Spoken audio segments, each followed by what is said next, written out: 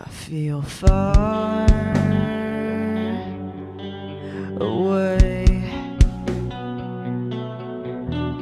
Is there something in the water or something in my brain? I feel far from okay. Is there somewhere I should wander or somewhere I should stay? Somewhere I should stay.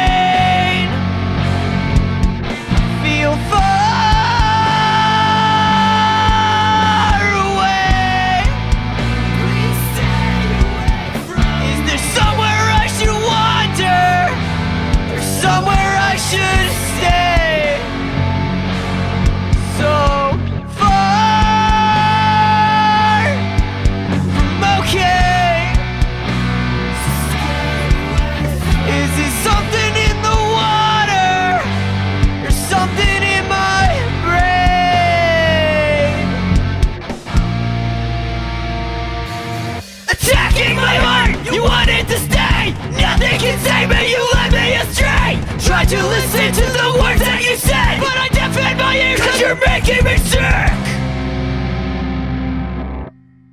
Welcome to the Every.Thing.After Podcast. I'm Rob, and my guest in the studio this week is Billy Trey, aka TheConverseKid, essentially a one-man band with some support out of Pottsville, PA, that describes his sound as Diet Bayside, melodic emo punk, heavily nostalgic for the 2000s.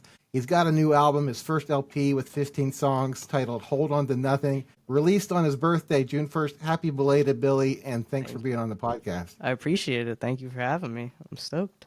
This is awesome. Yeah, man. So tell me about this new album, Hold On to Nothing. Essentially, it's kind of like genuinely about what it is, you know, like holding on to nothing. It's my personal, I guess, journal of apathy, so to speak. But in like kind of the best way possible, like the positive sides of being like letting go, essentially. Yeah. You know what I mean? In a poetic manner. Like I said in some of the stuff that I sent you, like Bayside has been one of my biggest inspirations for their early albums. They're just this emo, you know, like what, you know, don't want to live anymore type situation. And sad sack music. That's what we used to call sad sack music, yeah. Them Hawthorne Heights and Senses Fail were like I was listening to at like 12 years old because my uncle was listening to them, who's not even too much older than me, and I'm like, oh, I like this too. Yeah, I feel all these feelings that a normal 12-year-old does for sure. Yeah. But yeah, Hold On to Nothing. It's the closest to my live sound. There's a lot of more acoustic stuff going on with just like some synth-ish sound waves sprinkled in there, you know? It's probably one of my favorite things, but even though I myself have not really gone back and listened to the whole thing because it makes me super emotional, because the stuff I was writing about at the time was like a relationship that I was going through where it wasn't really ideal for either side, and we were together for like, you know, three or 4 years, and it was just like a mess. It was a mess. Yeah. It was one of those things where it's like you break up and then you get back together and then you break up again. It's like, what am I doing? You know? Yeah, I get that, man. I feel like she should have like a Surgeon General's warning on the package or something for this thing. It says, you know, take it in short bursts, because spending too much time with it. If you're sitting through 15 tracks on repeat, that could have some serious moods swinging influence. To be fair though, at the end I did add like one of the happier songs to Hurt to Heal, which is like the whole antithesis, I don't even know if I'm using that word properly, of the album, of being like, all right, you've gone through all these things and you've struggled and you've got that wound that you're just like taking care of. and Yeah. letting go and like being like, literally the chorus. Like I'm trying to see what it's like to be someone else, be Right. the other person on the other end of things, and I'm dying to be the one person that understands what you're going through. Which like Yeah, that's a good point. I, Yeah. I wrote about someone, but in turn I'm like, no, I'm like writing this about myself. Like I'm trying to figure out myself, like Hmm. I'm still Hmm. really young and I don't understand anything. Yeah. Yeah. And other people listening to this too could have a bit of an opposite. It could have a bit of an opposite effect on them, Hmm. because sometimes viewing someone else's sort of misery from the outside can be cathartic in a way to someone, or it can be a way to like, it's something you can relate to in some Hmm. ways, your own feelings, but even just sort of a there, but for the grace of dog go I kind of thing. Yeah, yeah, for sure. I've definitely heard friends say like, "Yeah, I love to come out to see your shows, but then after like two songs, I gotta walk outside." So, if you, because I do have happy songs, Yeah. Yeah. and I'm starting to more so understand how to write that structure. It's just Yeah. I love like melancholy melodicism, if that's even Yeah. a word. I dig it, man. It's good. No, it's good stuff. And you're right. There's bright notes in there too. So it's not all sob and sad. There's definitely gets some bright notes. To Hurt to Heal's kind of in the middle of the album, so that Yeah, that kind of picks you up again before before dropping you back dropping you down. right off. I tried to put it as close to the end as of the, you know what I mean, like the general gist of it, because like I Yeah, said, yeah. the last five tracks are just, two revisions of like old songs that I Mhm. released, and then three songs that like I never released that I wrote when I was like 17 or 8. You know what I mean? Like younger, Yeah. and I didn't really, those are probably like phone recordings. I'm not too certain. I was just like, I want a full length that exists. I want 45 minutes at the least. Yeah. I'm just gonna put it out there, and it's been very cathartic, like to write about. I've struggled a lot with like I don't want to get deep, and then it gets sad. It's just how it is. But like in my life, I grew up with my mom mostly because my parents were together when I was young, and then Mhm. they split up at some point while I was still a kid. So it was like I grew up with my mom, and me and my dad had a kind of complicated relationship, and it took a long time for us to kind of put those pieces back together to where me and him can communicate properly, and we're Yeah. still like, it's still like, hey, how's it going? And it's like, good. I was like, that's good. You know what I mean? Like it's still just like a That's a normal relationship with your dad. I can tell you from having young adults myself now. that's funny. That's a typical relationship. So But yeah. yeah, so it's nice though because now it's very like supportive, and my parents have always been like super supportive of music, especially Hmm. like, my mom is a musician. I don't even know why I said was, but since I was a kid, she's been playing the drums, and even before that, That's you great. know, Wow. my dad tried to pick up guitar a little bit and then didn't and then did. My grandfather actually, he works in radio. He's a DJ and he's been doing that for like so long since before I existed. So like there's a Yeah. faucet my whole family, like all my uncles play instruments, and one of them is like a tour tech for big bands. The other one does like random art for people and stuff like that and plays in a reggae band. And then the third one is he just kind of in cover bands and stuff like that. So That's everyone's really kind cool. of, yeah, it's a very lucky upbringing for sure. Hmm. For sure. So that had a lot, obviously, to do with shaping you as a musician, Hmm. the style that you have, just the passion that you have for it, obviously. Oh yeah. Talk about some of the other outside influences you had. We talked about Bayside. That's a band that's obviously had a big impact on you. Where does the Converse Kid come from, and like how did this come to be Is this project of so yours? like random. It's just the only pair of shoe I've ever bought. And I was just thinking of names, and I was kind of like, man, I really want like a band. I guess that's like the beginning of it is like I started out and I was like just like writing names down. Like, there was one that was like Lemuria, but like there's a band called Lemuria, and I was like Mm, Lemura. You know what I mean? I was like just random letters that maybe make a word that doesn't exist and stuff like that. I'm like every good name's taken, and then I was like, oh, I can't do name taken because that's a band, and I was just like, what about my shoes? Like I own shoes. Is there anything here? I feel like that's one piece of like music that no one explains to you is like finding a good name for yourself. That's not just your name because like that could be it. But yeah, for me personally, I'm like I want a different alias and I don't want to be too attached to what it is, you know. I want to have my own yeah. opinion outside of my music for sure. Yeah, yeah. I mean, you know, you have to sort of create a persona for yourself a little bit. You know, create a bit of a pseudonym, so to speak, for your songwriting and music career. So, if Billy Trey and the Converse Kid are in some ways separate entities, how would you describe the Converse Kid versus your typical your normal everyday self? Well, I'm a happy person. I'm Yeah. pretty happy. I've definitely I would say like the Converse Kid is more so my way of like that's like how I want to think, I guess. Like it's everything that I don't want to think about, but how I want to perceive it. You know what I Yeah. mean?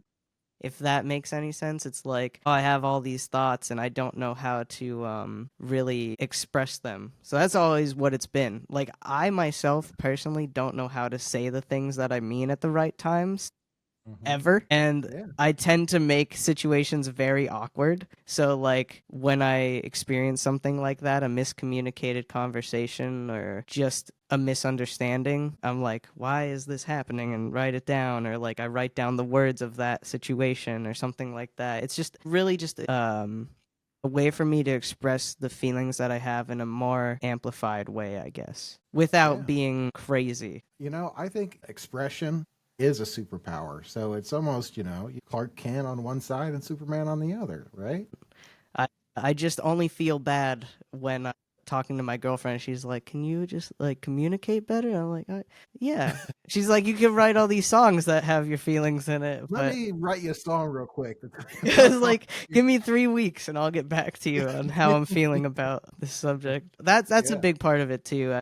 Uh, Currently in a really healthy relationship where I'm able to more so understand myself and how I feel about certain things and just stuff like that, which has made it a lot easier to write less sad sad songs and more like uplifting stuff. That's Yeah. been my goal. Focus on Yeah. that. So So was this album a birthday present to yourself then? You released it on your 100%. Yeah. birthday. Yeah, Yeah. 100%. I was like, you know what? I've been doing this thing, this project specifically, since 2019. Probably before that, like I wrote songs when I was like 17 and 18 and recorded them, and they're up on a Bandcamp, which I don't share because um, it's stupid. The link is stupid because like it's like Bandcamp slash, and then it's like the pen 15, which my friends thought were fun. Like that we were like, oh, let's be the penis. Like that's funny. And it genuinely, this project, you just reminded me, this project started out originally I was going to name it Move Over Shakespeare, which I thought was cool because it was like his name's William, my name's William. But I just never Yeah. did that. And it just felt like that could be a cool thing eventually to circle back to. So thank you for that, whatever, how I got there. Or Yeah. whatever you're. Yeah, yeah, yeah. So Billy, how many candles were on that birthday cake? How old are you? I'm 26. So, and 26. I don't like Yeah, cake. you are a So did kid. not. Oh, you don't like cake? No, I'm an ice cream cake person. I just Okay. substitute it for ice cream. Yeah, that Dairy Queen cake. Yeah, yeah. For my like 16th or 17th birthday, my nana made me a like we called it a Canadian bacon cake, and it was Yeah. just like 7 stacks of pancakes with like fondant in between, or you know what I mean, and then like bacon wrapped around everything. I was like, this is Oh, just a wow. diabetes cake. That's what we're eating.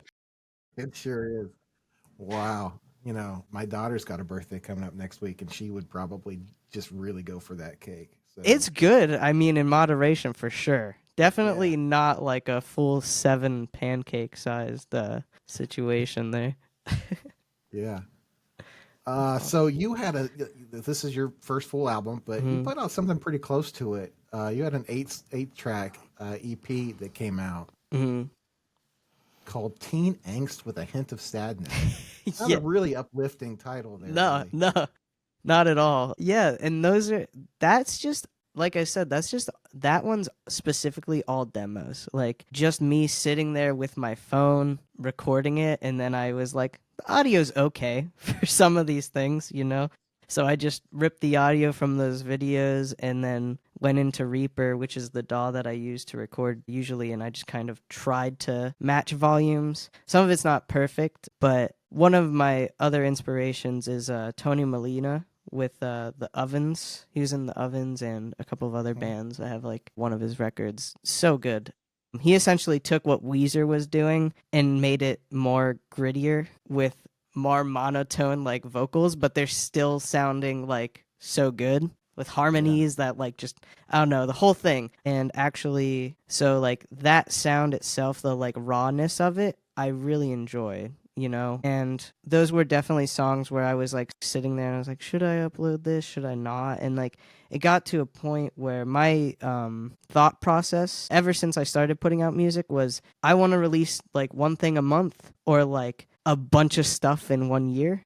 Yeah. And with how social media has been going, that it's like we need less of your time to like make up for views and everything. So like 10 seconds is better. I'm like, screw it. I'm just going to put out everything that I have right now in this specific moment. And then that's because my problem is I will hold on to recordings and stuff like that and I'll never finish it. And I'll just sit there and be like, I can add one more layer to this, or I don't know what's going on with this. So once I get to a point where I'm at a brick wall, I'm like, I'm putting that out there. But yeah, the that's just like a demo album, I would call it, or EP, whatever you want to take that Yeah. as for sure. All right. And you've released a few singles since then. You've had a few things out. You released your first song in November 29th, Be Okay. Mm-hmm. Yep. That's a weird song for me. Yeah. I would say I was under an influence of sorts when I wrote it, but I was very young, so I don't want to, maybe shouldn't say that. But it was definitely like I was having a panic attack and I was just sitting with my guitar and my friends. That was the influence, by the way. Anxiety was the influence I was Yeah. sitting with. Yeah. And I was hanging out with my friends and we were just four of us chilling, and my buddy Cheesefoot was sitting next to me and I was like playing my guitar and I was just playing like this chord progression. I looked at him and I was like, hey, can you put like that capo over here? And he's like, yeah, for sure. And I told him to like put the capo on the fourth fret, and it just ended up being exactly that I played right there. Yeah, in the moment. All those like lyrics and everything is just, you know, what I was feeling at that time. When I look in the mirror, I don't like what I see is just like my inner personal insecurities and stuff like that. And which at that time, maybe 2019, I was 20 or 19 when I like Yeah. was going through that situation. And that's why I got a text from my dad that he was like, I'm proud of you and all the stuff that you're doing. Because I was like touring with like one of my favorite bands at the time that I'd listened to for years called Handguns, and which I still work with every now and then. But it was just like it was like a whole mental collapse of like, oh, I'm doing the thing I dreamt of like 2 years ago. You know what I mean? Like I'm traveling and I'm in a band, not necessarily my own one. And so like writing that was like, you will be okay. You're fine. You're good, Yeah. stuff like that. And it's crazy to me to think about because it's like sometimes I feel like, and I'm by no means saying that I'm like a great songwriter or anything like that, but I definitely think that I, at a young age, captured like feeling within sound. And I'll go back and listen to that and I'm like, man, I just knew I would feel a certain way in the future, that I would come back to this and be like, wow, how did I even like write that to myself from that time? And as many artists do, I'm sure, with like music or painting or poetry or like any type of job that you do, I guess, any aspect of something where you put your passion behind it, you go back to like a previous project and be like, how did I even come up with that? Why is this making me cry right now? You know what I mean? Like, why is this making me feel like, wow, I had this whole thing figured out, and then you get like this thing of like, all right, I'm good now. I wasn't good Yeah. then, but like I knew I would make it through. We're good. That's great, man. Thanks for sharing all that. Yeah. We tend to talk about that a lot on this show, and I mean, there's a reason. We all go through it. It's something extremely relatable. Music is therapy. Music is community. Music is serves so many key roles in our lives. It's there for us when we're down. It's there for us when we're up. Yeah, I just appreciate the fact that you were able to share that, and I think a lot of people will say, yeah, absolutely, I've been there. Yeah, 100%. I mean, community is definitely a big thing for sure, especially in my area. It's such a small, like, music scene. In Pottsville, it's mostly bar bands. In the surrounding areas, it's mostly bar bands, cover bands, which there's nothing wrong with that at all. My mom plays in one. She plays in a cover band, and that's how they make their due for that specific thing. I guess growing up, that was like my whole internal idea was like, man, I want to write music. I don't want to play. I want to be different. I'm like, I love you. Thank you for your inspiration, but I want to be different than you, and I hope that's cool. Because I played sports when I was a kid, but it wasn't my thing, and music just kind of like took me into a different world entirely. But like I was saying, community was big because my mom playing in a cover band, she was like, one day, I was either 17 or 18. She's like, do you want to open for us and play like, I don't know, you know, 6 songs, 5 songs? You could play your own music. And I was like, oh, that would be awesome. And I'm the type of person, like, I'll sit in my room all day. I still live with my parents because the world's kind of in a weird place Mhm. financially, especially in our area. And so I'm very grateful for that, for one, and them allowing me to pursue my passion as long as I can work and make them. But I was really excited, and we'd never really done anything like that. Like, we never played shows together. We don't do music together. As much as my family is super musically inclined, and in my area people think like they probably like play songs together or show each other how to play or like teach each other new things. No, we're all very individual human beings. Yeah.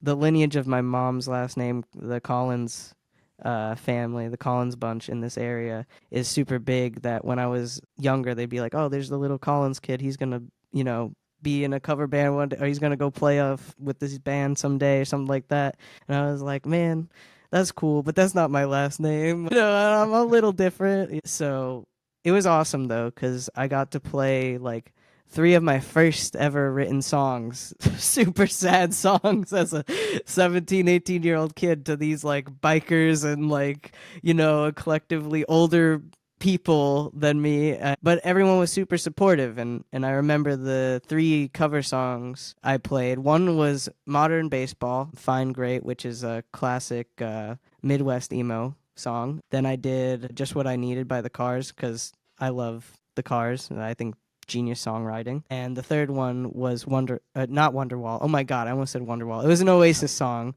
It was Don't Look Back in Anger. And my mom actually accompanied me on drums with that. So there's like a video on my YouTube of me and my mom playing that song when Oh, it cool. happened. And that's a very important thing to me. I feel very lucky to have that opportunity and share that stage with her. Love you, mom, if you watch this. She better watch this. I usually tell her not to watch my performances because it's like I feel like it's embarrassing, but I've been getting better at it. No, you're doing great. I keep making wanting to make a Pottsville joke. Yeah, go for It'll it. probably go over your head, but like, is Old Man Potter still like running the town into the ground and all that stuff? Like, every once in a while you need like an angel to like fall in a river and remind you that it's a wonderful life, don't you, Billy? For sure. I don't Yeah, get the reference, but I'm gonna agree. you don't get the reference. I knew you wouldn't get the What? reference. Could you tell me? Is it No, in no, It's no. a Wonderful Life? It's a Wonderful Life, the Yeah. movie. It's Yeah, sadly enough, I've Christmas never classic. watched it. I need to watch it. Jimmy Stewart. He's in a town. He's in a town called Bedford Falls. But after he tells the angel Clarence that he wishes he never was born, he Mm. wakes. He turns around and the world that he's never been born into. The town is now called Pottersville, named after the old evil banker that owns everything in town, and he like runs everything into the ground. It's like Marty showing up in Back to the Future, coming back to the future, to the Yeah, he's present like, I and Back to messed the Future everything up too, by not being born. and Biff is like taking over everything. It's sort of like that, Wow. but yeah. No, I'll have to watch that. I do love movie. I love cinema as broadly as I can say it. I'm still getting into like, musicals and stuff like that very slowly because my partner loves that.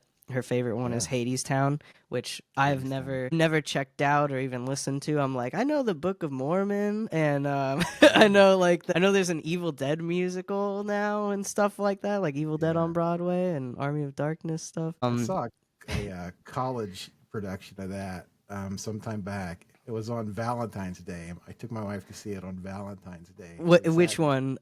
Evil Dead the musical. And What? we saw it at the college production of it, and we sat in the splatter zone. So Dude, like there that's was like so cool. fake blood coming off of the stage the whole time. It was badass. That's awesome. Like that's so cool. For me, I've just realized how important film is to Yeah. also like writing music and stuff like that. Like Army of Darkness was like my favorite movie for the longest time, and then I saw Howard the Duck and I was like, wow. I didn't know that they could put this in a Lucasfilm. And Yeah. I was Howard probably the like Duck. 7 when I saw it. I'm like, I love Oh yeah. Marvel movies. We're going to talk about that later because you told me I asked you for your favorite movie and you gave me one I hadn't heard of before and I was kind of shocked that I hadn't, and I watched it today, Billy. You watched it? I did, Oh and my it, God, that gave me in goosebumps. anticipation of this conversation, so we have to talk about that a little later. That's so cool. I hope you watched it and you were like, wow, this is good. I watched it and it just brought up so many memories for me because I grew up too watching a lot of stuff that you might think was made for kids because it was animated in some Hmm. way or something like that. And you watch it and it's like, this wasn't made for kids. This is Yeah, completely dark and twisted and insane. And 100%. and you know would have like so many other things that I watched when I was a kid would have given me nightmares. So yeah, we'll talk about Oh yeah, that. sounds great. Yeah. So, man, before we get to that, though, let's talk about you've got some shows coming up. Tell people about that. Ah, I'm trying to get yes, this yeah. episode out so people can maybe come out and see you. Which thank you for that. I really appreciate it. I didn't mean to like rush you. I was like, once you sent me like the structure, I was like, oh man, this guy has a stable idea of what he wants to do and how to like promote things. And I'm getting to that point right now. So me reaching out back to you within a day was like me realizing like I should probably do the same and get a little bit more structure in there every now and then. Like that's my biggest issue with being a musician. You're basically like a influencer now these days. Not to get off topic, but yeah, it's just it's like a whole other job. I wrote it down for myself and I drew a little guy there. This little like devil guy. Yeah, with my terrible handwriting. So these are all my fall dates. Like I said, they're all in Pennsylvania.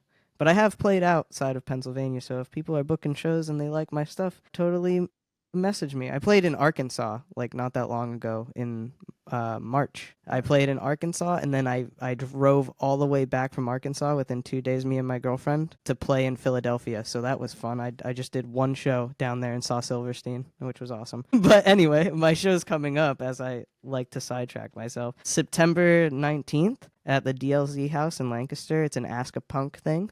Majority of my shows are. It's house shows or underground. Maybe shouldn't promote them online, but it's fine. Yeah, yeah. September 27th is Barnstock, which is put on by like one of my closest musical friends, Timmy Mengel, and just like a family friend. He goes by Churches and Trains, and he's like a folk punk, what would you call that? Legend-ish? Like the dude is just awesome. He's out there and doing it, and he's been doing it for a really long time. He booked like my first show outside of my mom booking me, like that set. Like it worked for me because he was like a friend of my uncle's, and my uncle wasn't home, and he was like, I'm putting this show together, and I know you're writing music now, and you write your own, so come play it. So shout out Timmy, Churches and Trains. I'm really stoked for that. Barnstock, Churches and trains. September 27th. I gotta get him on the show. I think you would Yeah, enjoy a that'd be great. conversation I'd with love to him. do that. I'm really into a lot of that. What they're doing with folk these days, mixing in some punk and all that kind of stuff. I Dude, think is really great. he has a crazy story that I don't know legally if he can tell. He was like what's that called? Is it a missionary or like a traveling like cuz he was into like Book of religion Mormon for type a thing. while. Not Yeah, Mormon, but like he yeah. yeah. He was traveling for a while and just kind of like talking about a lot of that stuff, which is really neat to me because religious outlooks and stuff just intrigue me. Yeah. But anyway, September 29th at Everlong Records, which is in Hamburg, PA. That one anyone can go to. It's not a weird thing. Not that the other ones are weird, but you know what I mean. Like, Yeah, uh, yeah. and then October 18th, I just booked a fall fest in Mount Carmel, PA. So I'm really excited for that one because that's Awesome. gonna be like Awesome. witchy That's great. vendors and stuff like that. Yeah, man. And you've mentioned now a couple of friends and collaborators, musical friends and things. We hmm should talk about some of the people that you have supporting you. Are you doing solo all these shows, or you've got a few Um, guys that play with you sometimes on stage, right? Want to talk about yeah, that? yeah. So for me, for these shows, it's so random because I play as if I am in like a folk band, but I am more of like a punk melodic guy. I don't know how to explain it. My buddy Michael Barricado. I'm probably gonna mess it up, and I feel so bad. I should have his last name memorized by now. He plays sax for me every now and then, which is Yeah. super cool. And that only started within the last year. This dude is like a multi-instrumentalist. Like he went to I think Berkeley for music and stuff like that, where he like learned the bass intently, you know? Like Yeah.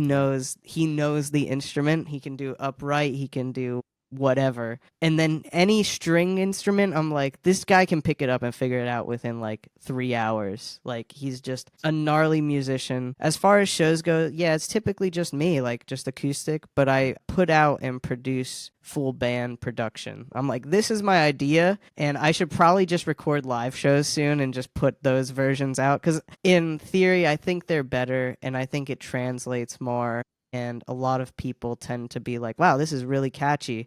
And then when I go online, it's just so different, you know, or the same as like the sounds you put into this are so cool, but then when I come see you, it's acoustic and it's not bad, but it's like it's just different, which is like a great compliment. Yeah, Mikey plays sax with me. My buddy Jeremy Boucher produced actually the song Rain and a couple of covers that I did as well. And he also every now and then he's like, hey, your vocal mix on these songs, you know, you should change or this and that. So I really appreciate him and wanted to give him a shout out. And my buddy AJ, I also wanted to give a shout out to. He produced the Majestic Sessions songs that I have released, which are just they're singles, but it's with Mikey playing sax in the background. And it's just like one take. My vocals on those ones are kind of rough because we just played a set of like 45 minutes and my allergies were garbage. But my buddy AJ was like, hey, I have this whole theater next door. Do you guys want to come and record like 4 or 5 songs or whatever you want to do? And I was like, yeah. And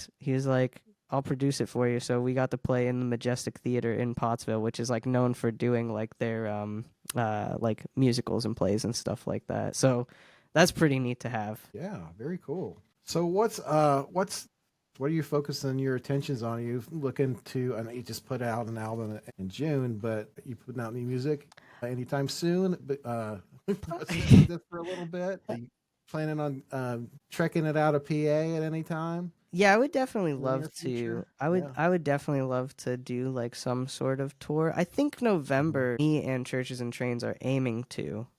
I actually just played a show last weekend where I believe it's the owner or at least the booker of Tilty McFlippers, which is in West Virginia, I think. If you Yeah. look up Tilty McFlippers, I'm pretty sure it's the only Tilty McFlippers that exists. It's a pretty unique name, but it's like I think it's a pinball type brewery thing, and that's super cool to Cool. me. Like I don't know what it is about music and pinball, but I feel like anyone that's a musician is like pinball is where it's at, man. Like you're walking Yeah. down the street to the venue and you're like, does this place have a pinball machine or like an arcade or something? Like that's how Yeah. I want to spend my time. That's So great, actually. Yeah. November we're like looking to do that, maybe like a weekender, but I'm not opposed to doing longer stuff. I would love to. It's just I suck at planning as Yeah. as a parent as that is. Yeah. But yeah, no. The only date that I've had like booked in like way advance is the DLZ house because it's such a like prominent folk punk venue, I would Mhm. say. And it's run very professionally. And my buddy Justin is on that bill with me. Justin, does he go by Ace on the Spotify or Adams? One of the two options. And Rand Dodgers, who is Dan Rogers. They both just like slightly changed their name. I'm like, you guys are genius. I should have did that, you know? I should have been like Billy Ray. But then I was like, no, that's taken. that's Impossible. Tilting McFlippers. That's a real shame because that would have been a great band name, right? Tilty McFlippers would be. Maybe I'll just do that and wait until they sue me instead of Converse. I don't know. Yeah, But you should yeah, come to play in Cleveland though. There's a spot I think you'd fit right in. There's a spot in Lakewood, suburb of Cleveland. It's called Mahalls, Mahals. Mahall apostrophe S. 20 lanes. It's a bowling alley. And What? it's got bowling alley in the basement. And it's got a bar and a restaurant, and then it's got a concert venue. So come Dude, and do that's that. so cool. I would love to. Tell me, Yeah, man. send it to me and tell me who I need to contact because I would for sure do that. I'll I'm do no that. stranger to taking a 1 day trip just to play one show. Also, like Yeah. I'm a kind of crazy on that side of things where like I don't know the feeling of playing out and hopefully this isn't a drawn out answer to your what dates do you have? But the feeling of playing out means so much to me because a lot of the artists that I met that I was like a fan of, and I know we're gonna get into talking about like, main influence and stuff like that. So I'm not gonna name them, but I've seen a majority of the people that like helped me fall in love with music. And at their shows, I've talked to them. At one show, I went up to an artist and I was like, "Hey, I'm dying in here." It was at the First Unitarian Church in Philly, and I just went up to him and I asked for like a bottle of water, and he was like, "I got you, man." And water there was like maybe $3. It might have been pretty expensive at the time. I don't know. It was just like a stupid amount of money. Yeah. Maybe it wasn't, and I'm over assuming because now prices are so ridiculous, but like that was really thoughtful to me. And a couple of other times that I've met my artist and they had remembered me because of cover that I put out online, and we met once, and then meeting them again, they were like, "Oh, I know you. You're the Converse kid. How could I forget that?" Like, so, and that, so having those experiences have meant so much to me, and artists that I've never seen play before or didn't listen to before going to a show where I talk to them or I listen to a song and I'm like, wow, I feel that so much that like this band is important to me, which would be like Palomino. They played at the Front Bottoms Champagne Jam in the beginning of this year, at the end of last year. It was like either in December or January in New Jersey. And I remember they came out on stage and their singer wasn't even the guy that typically sings and plays guitar in the band. He wasn't even the songwriter because that guy was in the hospital. But he was Oh, like, I love my project so much. He's like, can you please do this? This is such a big thing for us. So this dude, I think he goes by like Dancing Man's online or something like that. I can't remember his name, but he filled that position like perfectly too. So I got to see this band I've never heard of before with a replacement singer, replacement vocalist, and the lineup was doing some like the usual bassist was playing a baritone guitar and just had it channeled out differently so that you could hear the bass and the guitar, and then the lead guitarist or rhythm guitarist typically was playing the leads, and it was just like the music itself translated so well, and they were just such good musicians that I went in and I messaged the band and I was like, you guys sounded amazing. I would love to know who like writes your songs and stuff like that. And immediate reply, "Hey man, it's Pete. I'm the lead singer and our buddy was filling in. I'm in the hospital right now. But oh thank you man. so much for your support." And I'm like, "Dude, I would love to see you guys. I would love to open for you guys." He's like, "Oh, that's so sweet of you." Like that. Like, and I sent the text to the Instagram while watching the set. I'm like, "I know you guys won't see this till after the set, but like I just need to put this here so that I remember." And that band is a newer slash up and coming band that like they just encapsulated the sound that I've been looking for. You know what I mean? Like Yeah, that's there's not awesome. many things these days because I've heard so much music to where I'm like, "Oh my god, that's, amazing," because I can hear the influences.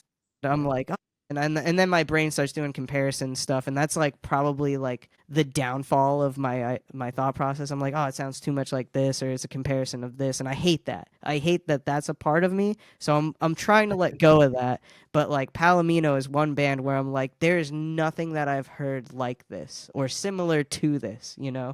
just have their own sound. So definitely check them out. They're from New Jersey. They're really really nice Awesome. people, and they're just a great group of musicians for That sure. was a great plug. I'm sure they'd love to hear that. That's awesome. And I usually ask one of my questions I usually ask is for you to put together sort of a dream tour, and it sounds like you guys would be great on Yeah, something like that is a dream tour. If I can get a full band, me, Palomino would be sick, and then like it doesn't matter like co-headliner, it would have to be Smoking Popes and Bayside. So either Oh way, yeah, that could swap out. I don't care. Those are my two top ones there for sure. yeah. What a bill that would be. That's awesome. Yeah. So we will talk a little bit about you've mentioned a lot of influences, but I want to talk about a few that were a little more surprising to me, Hmm. and talk about your top 5 albums. So Randy Newman, Yeah. yeah, Yeah, I love Randy Newman, dude. Short who doesn't? People. Short People is like my favorite song because I'm a short person. I'm like, I hate us too, dude. No, he's genius, you know? And he put out a lot of songs that I would read into, and at the time people would get like offended by, but he wrote them in a way that was like, I know this is gonna sound crazy, but this is the comparison that I have, is just like it's so stupid, and I can't believe I'm putting it together now, but this is how I see it. Bloodhound Gang was just the Randy Newman of the 2000s, and that's like my takeaway. You know what I mean? Like they were like, we're not trying to be offensive, but we're pushing the envelope, and that's basically what he did. But he did it while making like political statements and stuff like that, and I just think that's Yeah. that's really neat. Instrument I always wish that I would have stuck with was piano, but the thing is, if I can't teach myself, then I don't want to learn it. You know, like that's how my Yeah. brain works. Yeah. So I was yeah. going to ask you to do a little "You've Got a Friend in Me." Oh yeah. I I know. Hold on. Let me see if I can. I actually have a video. Like I probably can't do it, but I'm gonna just see if I can remember. No, I'm not gonna embarrass myself. But yeah, I used to do it. I'll send you a video once I All right, remember it. cool, I did cool. Strange Things though. That's on YouTube. Oh, strange things. That's great. Yeah, strange things are happening to me. Yeah, that's Randy Newman's like just one of the greatest songwriters of all time. Until you realize like he's just kind of also writing the same song over and over again, which was like the Family Guy bit. Yeah. Like, no, she's taking an apple, eat it. All right, and then so your top 5 albums. Let's walk through those real Yeah, quick. for sure.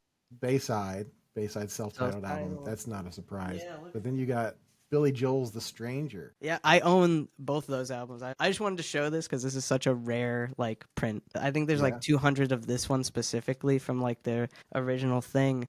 I know that I know there's three more. I'm sorry, but this is so important to me because 2 years ago I had to sell this album because I was down on like money, and like it was just, a rough time for me. So like I didn't have this for like ever. And I sought after this for so long, and I shelled out a lot of money for it. So then having to sell it and be like, wow, that's the one thing I've always wanted, and it's just it has to go. And I was like, eventually it'll come back into my life. Not expecting it to be anytime soon, but my partner got me this when they announced their current tour, which I'm going to see. Like, I don't know. I'm just very grateful for this specific thing. It That's makes me so awesome. happy, for sure. Now that's not the same record you sold, right? You didn't like actually track down the record you sold. No, I wish. That would be a great story. That one's more rare than the one that I sold, actually.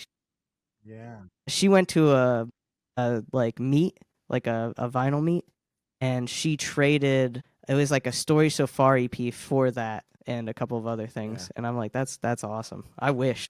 Reminds me, I read a book recently called "Old Records Never Die" by Eric Spitznagel. He's a music writer, long career as a music journalist, and wrote a book about how he sold all his records and then like realized what a mistake he'd made, and then just like went on this insane quest to actually buy back not just the records, but The the specific records, the ones. ones that he Wow, sold, find them again, that's which beautiful. is yeah, it's pretty beautiful. Yeah, I'd That's recommend that book. amazing. You should check it out. For sure. I definitely will, and I'll have to recommend that to my grandfather because he's like a huge record collector. I maybe have 50 records, 50 vinyl Wow. records, but he's got 50,000 maybe like over Oh time, wow. just from being like a disc jockey and then being Yeah. like, we don't Yeah. need That's these, great. or these are promotional things. He's got Yeah. so much rare stuff. It's awesome, for What sure. are you doing to make sure you get that in the will? Well, I did produce his podcast,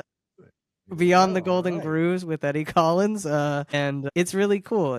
That's a unique one. Not to get off topic, but his podcast, if you're a classic or old school music listener, He's had on like Dion and the Belmonts, Dionne Warwick, and a couple of other artists from like the 50s, the doo-wop era, stuff like that.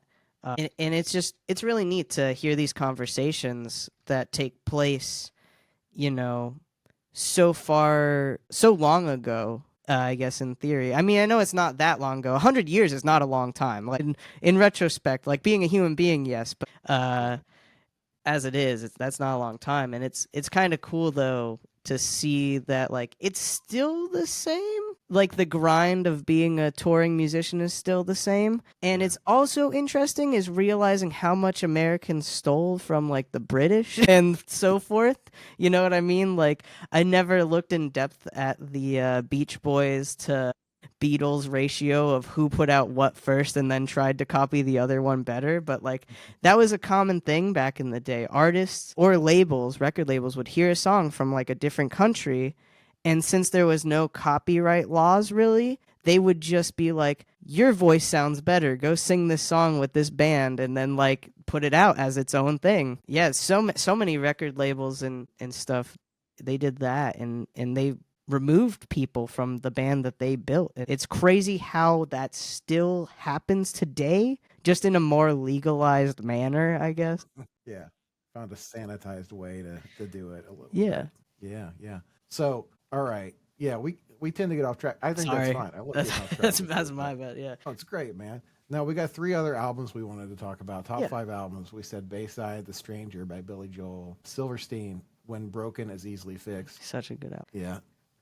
The Offspring's Americana, another good one. And then Bring Back Memories Now, The City. Yeah, Now the City. Yeah, that's awesome. I was thinking about this and how I wanted to word it because I think there's a lot of different ways to put out your top 5. It could be like, oh, I've listened to this so many times, or like this is the most influential, right? And so Billy Joel, obviously another piano player where I'm like, Billy Joel and Randy Newman, I've always tried to transcribe their songs to guitar, and I just thought that was really neat, which adds to my songwriting process where I'm like, oh, I could structure a chord like this on guitar and it sounds so different. And then Americana is like, that was a song that as a child I had on the Xbox. Like I had my Xbox 360 and you could rip songs from like CDs and stuff. So like I had a whole playlist of just Americana, but it was like The Kids Aren't All Right and Feelings 7 times over. So it was just those 2 songs. That album's so important to me because that was like, my mom gave me a stack of bands and she was like, this is punk, or this is the music I listen to. And I just think that's so cool that like is like The Offspring, Green Day, AFI, like, you know what I mean? Like she had all that along with like Gin Blossoms and like the Bad Leaves, the Bad Leaves is like a local type act that went national for a bit. Silverstein is just classic emo. I think When Broken is Easily Fixed is objectively better than Discovering the Waterfront, which is maybe a hot take, maybe not. It has like Red Light Pledge on it, which has some of like the coolest riffs as far as guitar work goes and super influential to me. And then Now the City, Brings Back Memories, is like an EP. That band, I don't remember all the members' names right now, I don't think, but it was Eddie Collins, my uncle, who is on lead guitar, Chris Bowers, who is on rhythm/lead as well. Bass was Eric Ladd. The screaming vocals was Nolan, and the clean vocals was my uncle's buddy Terrain. And it's just your quintessential metalcore album. Like it is it is exactly what was meant for that time frame. And they had played, I think it was Rockapalooza was the thing at the time in 2012 or 2013, maybe 2011. And they only put out like a couple of songs and stuff like that. And then they did an offshoot pop punk band called Marvelous Liars, which was really funny. I have like a t-shirt with their logo and stuff on it. But yeah, my Uncle Eddie had a huge influence on me growing up because we are like only not many years apart in age, like if not 10, 8 years apart. I suck at remembering birthdays and how old I am and how old everyone else is, so I'm not gonna put myself under that bus. Yeah, I would go to practices with him and practices with my mom, and I would watch him and his friends, and they're like just like going as hard at this in this basement to themselves as they were on a stage to like 50 kids or to a gymnasium. Like back then they were still doing like gym shows in like local schools and stuff like that with like these kids just Yeah. like chugging away and being like, I think they probably at points lied and were like, we're a Christian metal band, but they were not. You know what I mean? Like, and it was really cool. Like Terrain's vocals, like his cleans were beautiful, but I don't think on the recordings they're his. I think they're Nolan's or whoever was the Scream at the time. I think Nolan went on to be in a band. I think it's Monument for Memory. Maybe not that one. I don't want to say the wrong thing, but yeah, he went on. He is now in another metalcore band, and he's doing screams again, and it's just like it's successful from my perspective. He's got the Yeah. YouTube videos, he's got the music video. They've got everything set out for them, so it's really cool. And then my uncle went on to be a tech for Gwar and Anthrax. Just a little Wow. plug. I try to nonchalantly do that. Name drop. Yeah, it's a big jump. It's a huge jump, but so I tell people that, and then they're like, "Wow, so you get to go to shows for free?" I'm like, "It doesn't really work like that. I wish, but like, Man, I tell you, I love all the plugs you're doing. You're like you're really like plugging away, like from your mom to your uncle to Gwar and Anthrax and everybody in between. I think it's awesome. There's one name drop um I can't not bring it back to though. There's yeah, one that I'm really curious about because you mentioned a friend named Cheesefoot. yeah, my buddy Cheesefoot. That's awesome. That was like 40 minutes ago. It was, but I had to bring it back to that. I was No, like, no, man, I can't let this guy go without talking about Cheesefoot for at least 5 minutes. yeah, and there was an episode of It's Always Sunny where someone was called Cheesefoot, and we were just like sitting there thinking like, did you make it that far? Like, but he's had that name forever. When I met him when I was young, he had that name. So way before that show, it was just his thing, and he's a Philly guy. So Yeah. he's a comedian actually. If you look up Cheesefoot comedy, maybe if you look up Ron Cheesefoot, something like that, Okay. maybe you could find him. He's really funny. He's a cool dude, and he just like can lighten up the room for sure within like seconds. Like he is the one person that, much like Jake from the band Handguns, they are two people that like when they see something and they want to do it, they could just do it. Like, oh, I want to go to the show, but I don't have a ticket. I'll figure it out. I'll get in. You know what I mean? Like they're those type of people. Like they're really good at just being helpful, and two, like figuring their path out. Yeah, that's great. Yeah, they're awesome. I love it. You Cheesy. got a lot of Shout out. cool people around you. They sound like great people. That's just awesome. I Yeah, think for sure. that's just fantastic. Yeah, I want to talk a little bit about because we have to kind of close the loop on this too. We Yeah, talked about 100%. movies for just a bit, so I want to talk about this movie that you told me was your favorite movie. But first, I want to ask you: did you ever see a movie called Almost Famous? I've seen clips. I've never watched it entirely, for sure. It's one of my favorite movies. So a lot of my connection to music is through movies too, because I'm a big movie guy. Hmm. And I just the part where you talked about like your mom giving you her records and stuff and saying these are the punk ones. I mean, there's a scene in that where the young protagonist who later is a budding rock journalist who wants to write his first article for Rolling Stone magazine. His sister is played by Zoe Deschanel, and she's like leaving. She's leaving home. She's Hmm. going out on her own, setting out on the world, and she gives him a stack of records, and she's like, she holds up the Who's Tommy, and she says, "Listen to Tommy with a candle burning, and you'll see your future." And I love that. So that's another That's movie you really should watch. cool. Yeah, I'll definitely. Let's talk about this movie. You said your favorite movie. Is it your favorite movie, Billy? It's my favorite in theory, as far as like it's really good. Like the story is really good, I feel like, but it's pretty controversial. I would say it's pretty controversial in the aspect of it's called Wizards, and it's Yeah. from 1977. It was one of those things where like I was driving past the like drive-in in our area, and I just happened to hit like my seeking button on my radio at the right time, and it locked on, and I was like hearing this ad about something, and then the music in the beginning started playing, and I was like, what is this? So I just drove to the drive-in, and I was like, I'm gonna watch this It was movie. playing at a drive-in theater. Yeah, What yeah. year was that? Last year. Last year.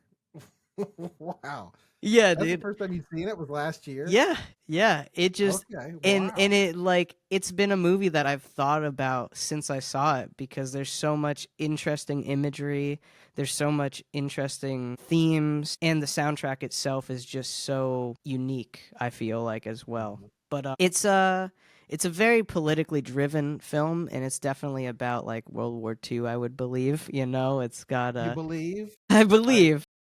Hey, it's not really subtle about that, Billy. Like, like about a quarter of the way in, a major plot point is that the evil wizard asks his henchmen to go out and scour like the desolate countryside for remnants of the past that they can use to build this army. And Yeah. of course, all of the historical record that they dig up is from Nazi Germany. Yeah.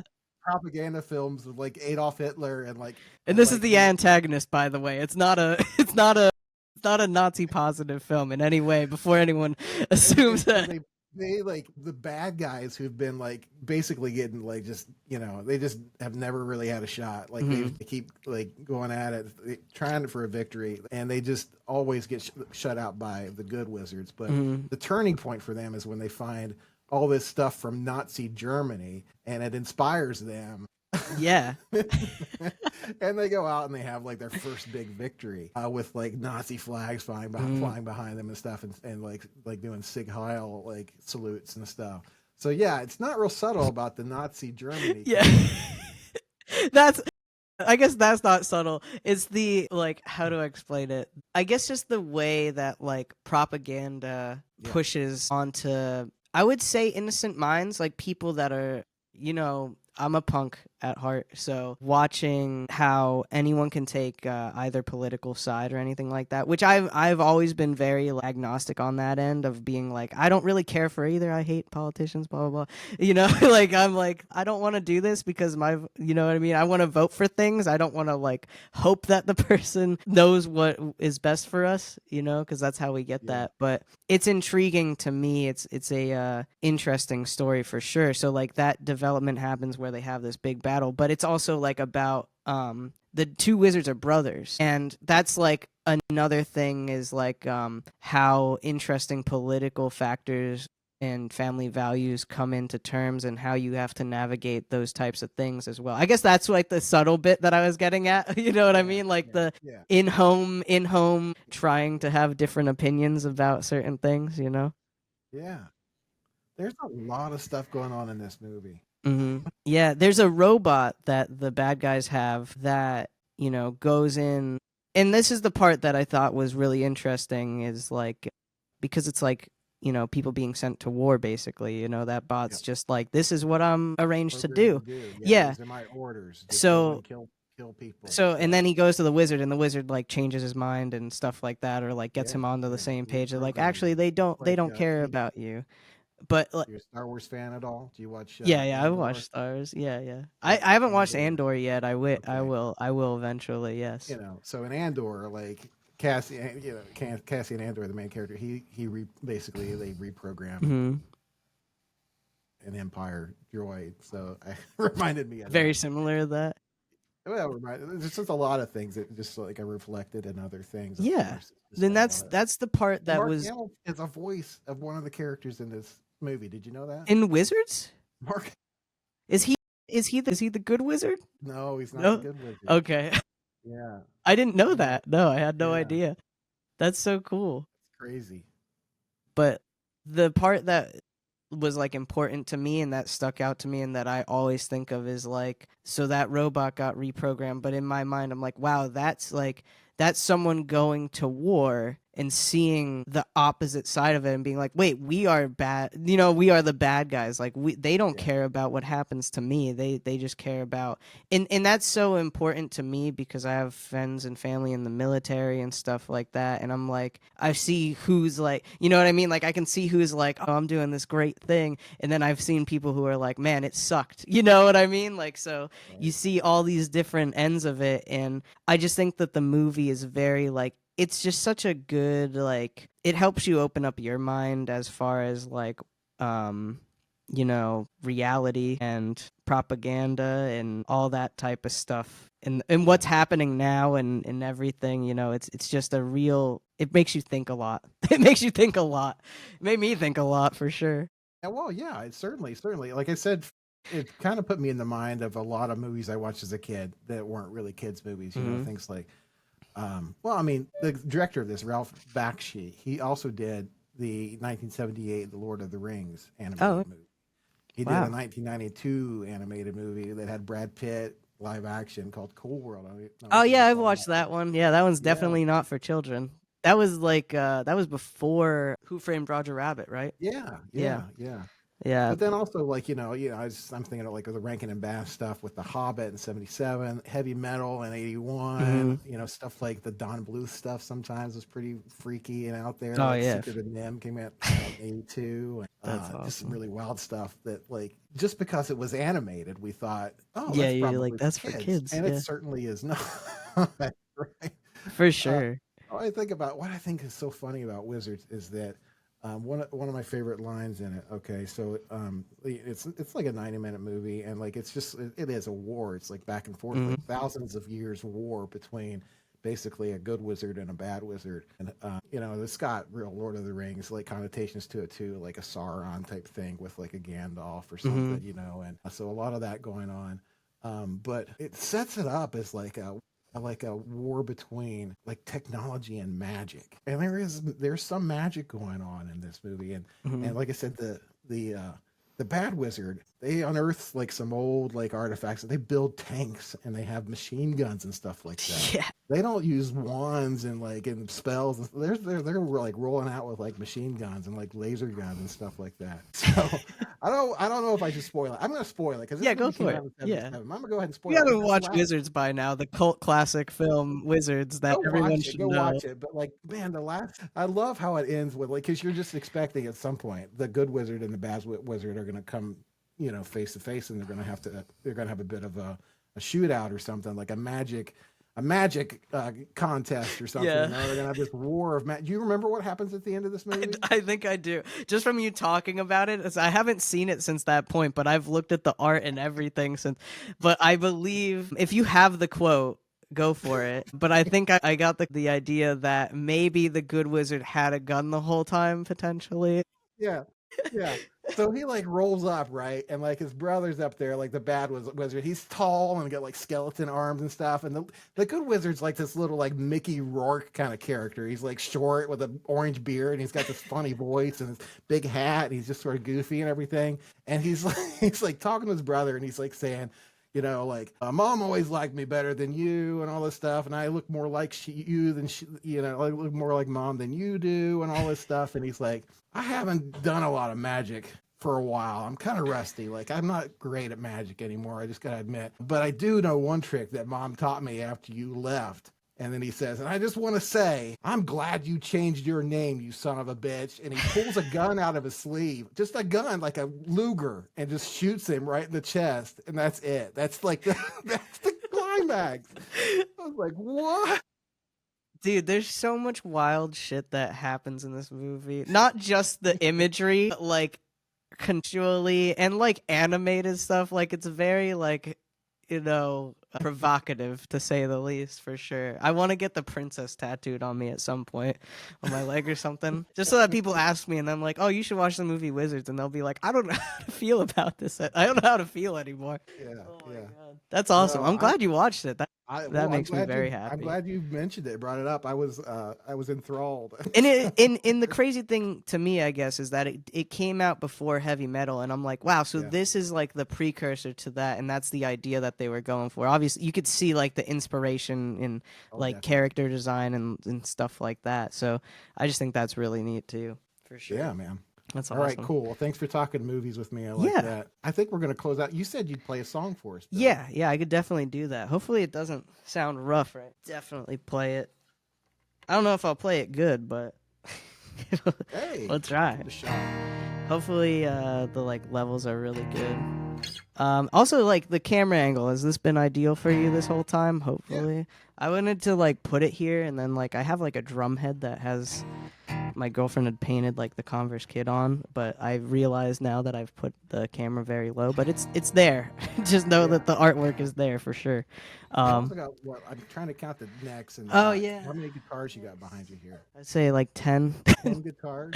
Yeah, there's 6 here, and then there's 3 in the back. A lot of my instruments were pretty much given to me or passed down to me through family members or, like, you know, friends of family and stuff like that. So it's not that I have money. I just got really lucky with timing, I promise. I did, however, I bought this on my own.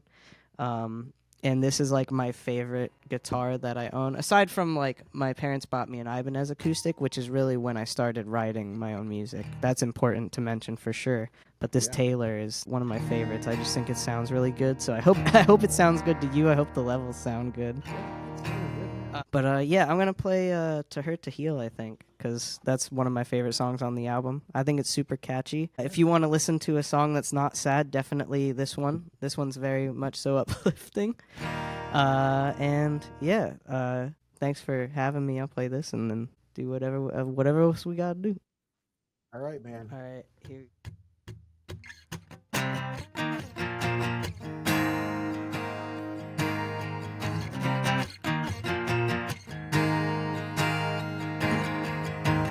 On paper, we look good together, but our love gets washed away, no matter the weather. If I could draw a better line, I'd tether our hearts. But by the time I found a pen, a wall's been put between us again. I've been trying to see what it's like to walk a day in your shoes, like to walk a day in your shoes. I've been dying to be someone who knows they finally get you and see this life through a better point of view.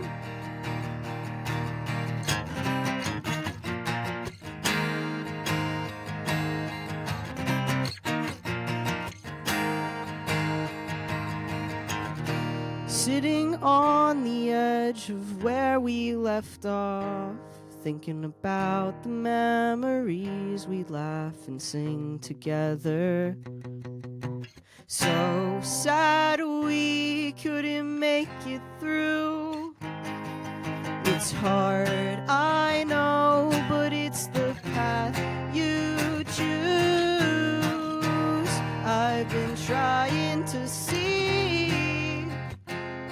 what it's like to walk a day in your shoes, like to walk a day in your shoes. I've been dying to be someone who knows they finally get you and see this life through a better point of view. And this is a breakdown, Rob, so if you want to, like, throw your fist, go for it.